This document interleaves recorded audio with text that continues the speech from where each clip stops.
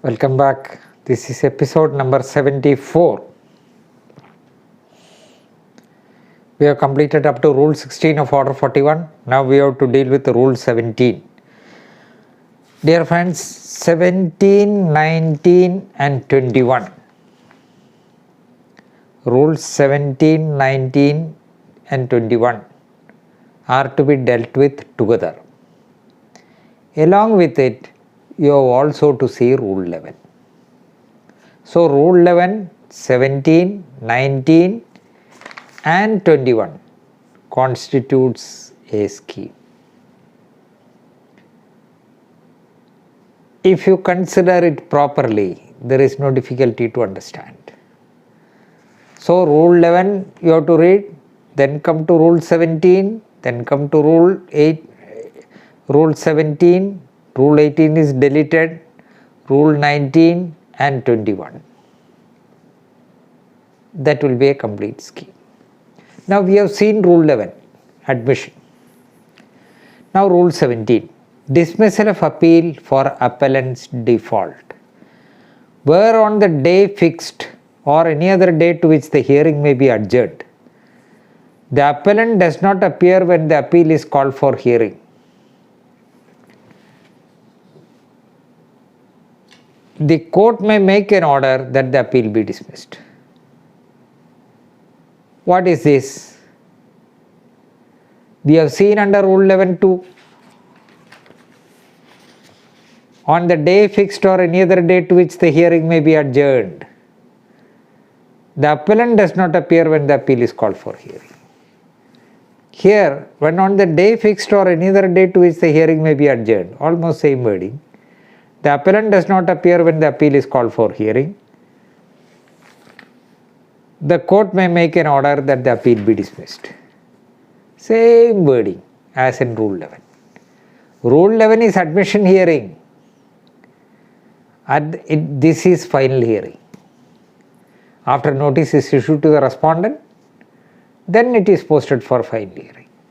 So on that date to which the hearing is posted, the appellant does not appear. When the appeal is called for hearing, the court may make an order that the appeal be dismissed.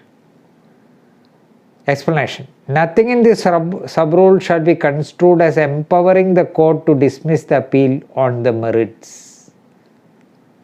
For default, we have seen under rule 11, there was a doubt. Kerala High Court took the view that the appeal can be disposed of on merits, even if the appellant or counsel is absent. But the Supreme Court said otherwise. It was a dismissal for default.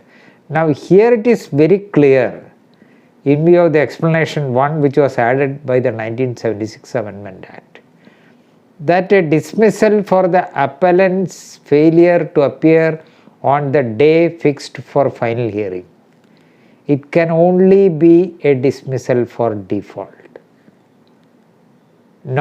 Does not empower the court to dismiss it on the merits. Then hearing of the appeal ex parte, where the appellant appears and the respondent does not appear, the appeal shall be heard ex parte. See, you may see the similar provisions in order 9. Order 9, when the appellant does not appear, the suit can be dismissed for default, and the suit can be restored to file, restoration, with certain, of course, limitations. If it is not done, what will happen? The consequences may be there. And if the defendant is present, the plaintiff is absent. I am saying about order 9. Plaintiff is absent. It shall be dismissed for default. Both parties are absent. Can be dismissed for default. If the plaintiff is present, the defendant is absent, can be decided ex parte. Then there is provision in order 9 rule 9 and order 9 rule 13 to restore the suit where it is dismissed for default of the plaintiff, and to set aside the ex parte decree where an ex parte decree was passed on account of the failure of the defendant to appear. So that is the same provision in appeal also, with a slight, of course, variation. So here the dismissal under Rule 17 is on the date fixed for final hearing, distinguishable from the date of hearing under Rule 11. There also it can be only for dismissal for default. And the Supreme Court has said, hearing the appeal ex parte, where the appellant appears and the respondent does not appear, the appeal shall be heard ex parte. Now let us see Rule 19. Readmission of the appeal. Now under Rule 17 you may say a few decisions. Dismissal of appeal for default of counsel is not proper, as the innocent party who has done everything in his power should not suffer for the inaction, deliberate omission or misdemeanor of the counsel. I am saying AER 81, Supreme Court 1400. But if there is no other go, sometimes consistently absent, can be dismissed for default, nothing else. But there are some courts, the lawyer may be present. Say, I am the appellate judge, I do not like the appellant's counsel. He is present in court. Of course, some other case belonging to him was called in some other court, he left there. The case is called.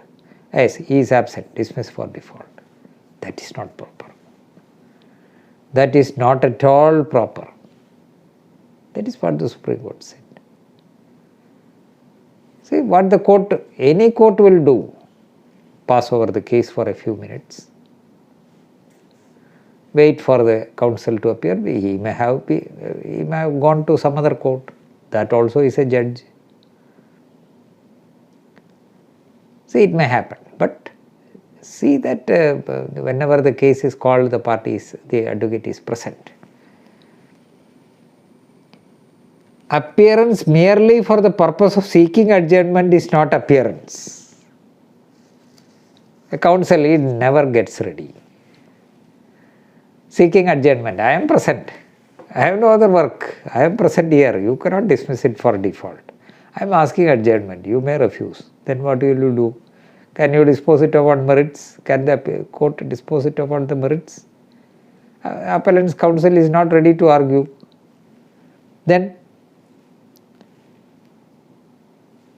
it is not appearance. Dismiss for default.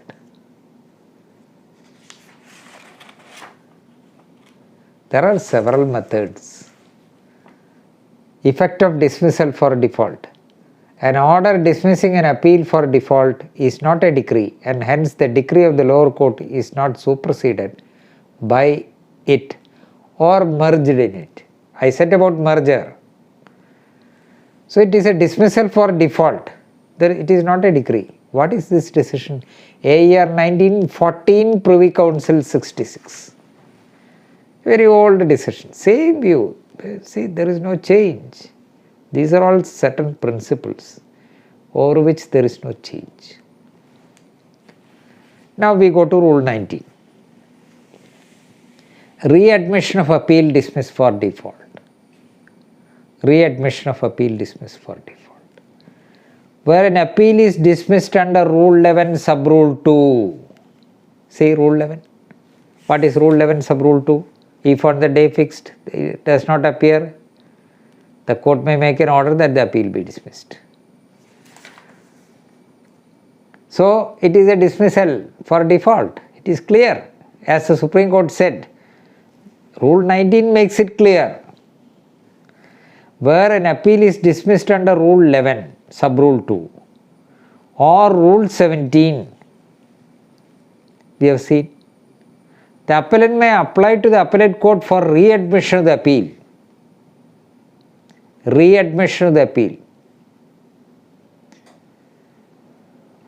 And where it is proved that he was prevented by any sufficient cause from appearing when the appeal was called for hearing, or from depositing the sum so required, the court shall readmit the appeal on such terms as to cost or otherwise as it thinks fit.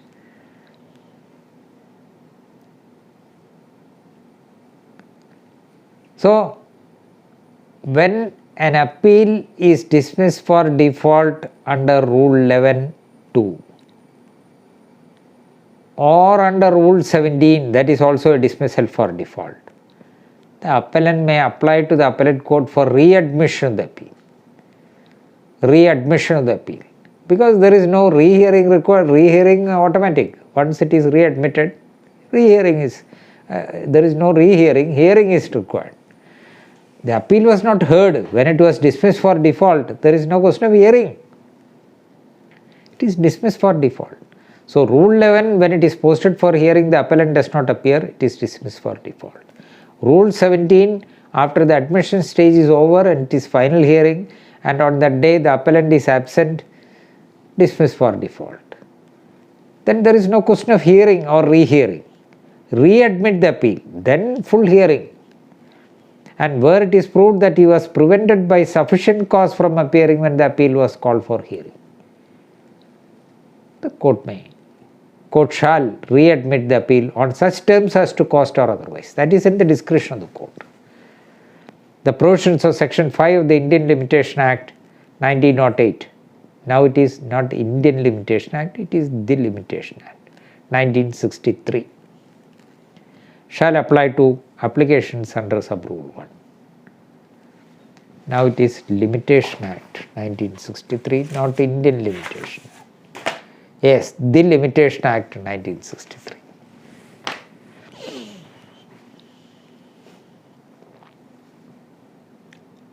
So, cost, etc., that is in the discretion of the court.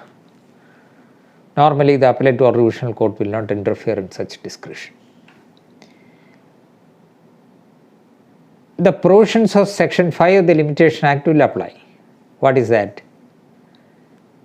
What is the application for readmission of appeal?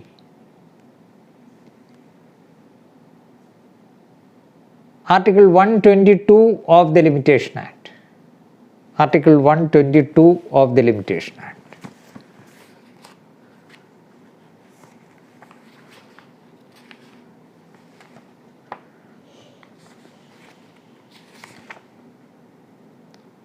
To restore a suit or appeal or application for review or revision, dismiss for default of appearance or for want of prosecution or failure to pay cost of service of process or to furnish security for costs.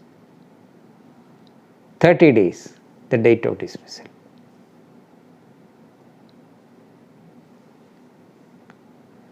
There, Section 5 of the Limitation Act will apply. Section 5 of the Limitation Act is extension of time. An appeal, any appeal or application other than an application under Order 21 of the Code of Civil Procedure may be admitted after the prescribed period if the appellant or the applicant satisfies the court that he had sufficient cause for not preferring the appeal or making the application within the period. Section 5 does not apply to suits. A suit, today is the last date. You file it tomorrow, it is barred by limitation. There is no question of condonation of delay. Once that period is over, you are finished. But appeal, even if there is a delay of 1 year or 2 years, if there are sufficient cause, sufficient reasons for the delay, the court can condone. Suit, appeal, application, 3 categories of cases coming under the Limitation Act. So, as for the purpose of suit, Section 5 will not apply. That means delay cannot be condoned under any circumstances, delay in filing the suit. Appeals and applications, the delay can be condoned. Applications other than an application under Order 21. What is Order 21? Execution. So, an execution petition has to be filed. Under Article 135, the period of limitation is 3 years for mandatory injunction. Under Article 136, other decrees 12 years. It is 12 years, 1 day out. No question of condoning the delay. So, suit and applications for execution. No question of condoning the delay. Here it is an application for restoration, readmission of the appeal. Section 5 of the Limitation Act will apply. Section 5 of the Limitation Act will apply. That means if the application is filed on the 50th day, if sufficient reasons are shown, the court may condone it, readmit the appeal. Now 21. Rehearing on application of respondent against whom ex parte decree was made. Where an appeal is heard,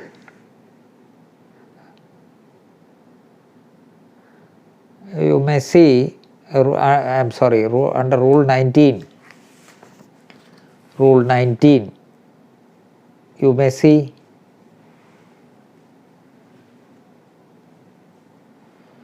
a dismissal of appeal where the pleader reports no instructions or refuse or unable to argue is only a dismissal for default.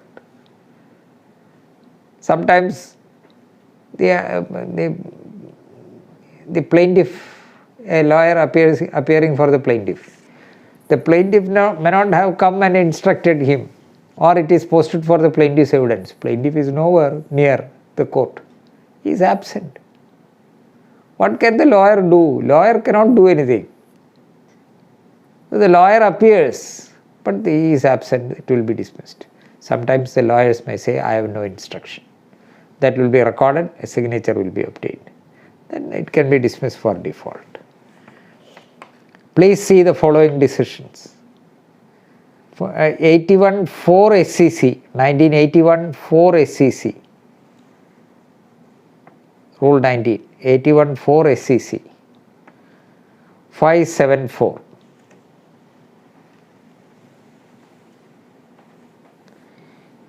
AR 2002 Supreme Court 1447.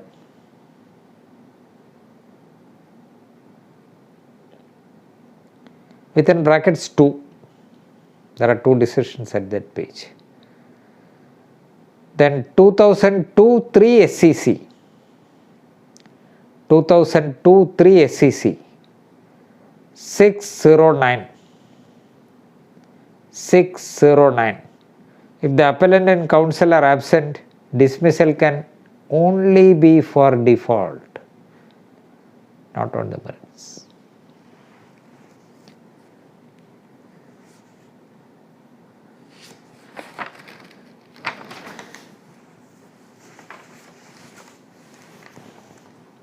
Now we go to Rule 21, 20 separately. So Rule 11, 17, 19, 21. Rehearing on application of respondent against whom an ex parte decree was made. Where an appeal is heard ex parte and a judgment is pronounced against the respondent, he may apply to the appellate court to rehear the appeal. That comes under Rule 17(2). Where the appeal is heard ex parte and a judgment is pronounced against the respondent, he may apply to the appellate court to rehear the appeal. And if he satisfies the court that notice was not duly served,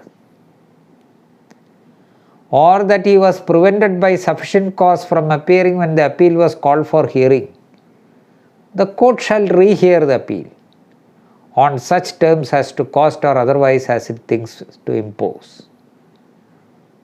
The provisions of Section 5 of the Limitation Act will apply. So under Rule 17(2), the appellant is present, the respondent is absent. The appeal will be heard on the merits, and it will be heard ex parte in the absence of the respondent. And a judgment will be passed, a decree will follow. It is not for default. Though the default is on the part of the respondent, the appellant is present, that will be heard. The suit also, when the defendant is absent, it can be heard ex parte. When the plaintiff is absent, it can be dismissed only for default, not for on the merits. That is a scheme of CPC. Appeal also same thing. So here the appeal was disposed of on the merits, and an ex parte judgment was passed. Ex parte, it was heard ex parte. That means the respondent was absent. Respondent or his counsel were absent. He may apply to the appellate court to rehear the appeal. The other is readmission of the appeal. When the appellate is absent, readmission of the appeal. Appeal was dismissed for default. It is to be readmitted. Appeal was heard ex parte. It is a final disposal. It is setting aside, rehear the appeal. Rehear the appeal. Again it will be heard. And if he satisfies the court, 2 reasons. If he satisfies the court that notice was not duly served on him, the respondent says, I was not served with the notice. I came to know now that the appeal was disposed of. I was not served with the notice. The endorsement by somebody else, I did not sign. It is fabricated. See, there are sometimes when a notice is sent by registered post acknowledgement due, the acknowledgement is not returned. It may happen. But it must be served. It must be deemed to be served. When it is properly addressed, stamped and all those things done, the presumption is that it is duly served. So the court has to get the acknowledgement card. Acknowledgement card is not received. Still the court may take it as served, because if an affidavit is filed, it was properly addressed and stamped, and all the necessary proof for the same is produced before court, records will be there, then the court may accept that it is served. Court may hear the appeal ex parte. But it was not really served on him. Or acknowledgement is received. The signature therefore on the acknowledgement is not by the respondent. Somebody has done it. Sometimes the postman himself. We cannot attribute such things to the postman, but there are postmen and postmen. He does not know what happened in the court. He came to know of it late. By that time 30 days over. He may apply, say that I was not served with the notice. Court finds that he was not served. Then the court may rehear the appeal. Or he was prevented by sufficient cause from appearing when the appeal was called for hearing. He was served with notice. Date of hearing fixed, 15th of the month. He was served with notice. On 15th, he made all arrangements to appear. But while coming to the court, he met with an accident. He was in the hospital for more than 2 months. What to do? By that time, the appeal was heard ex parte. Nobody reported, there was no counsel. Counsel has to be engaged. Counsel is not engaged. Notice was duly served. He is absent. Appeal is heard ex parte. Then he may apply for rehearing of the appeal. But that has to be done within 30 days. 2 months over. He may apply under Section 5 of the Limitation Act to condone the delay. Court is satisfied that he was prevented by sufficient cause from appearing when the appeal was called for hearing. Same wording in Order 9, Rule 13. He was prevented by sufficient cause from appearing. The court shall rehear the appeal on such terms as to cost or otherwise.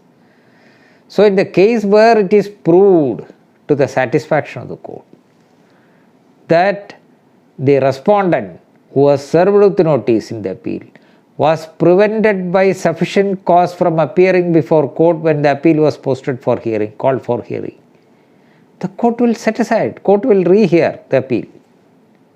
If it is in the trial court, set aside the ex parte decree. Here it is rehearing.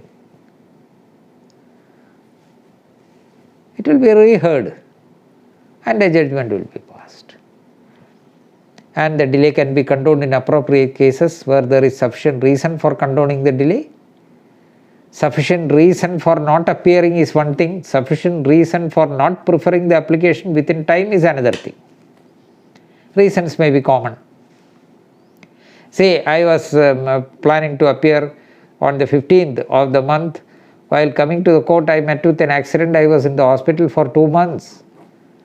That is sufficient reason for rehearing also. That is sufficient reason for condoning delay also. Sometimes the reasons may not be the same. It may not fit in.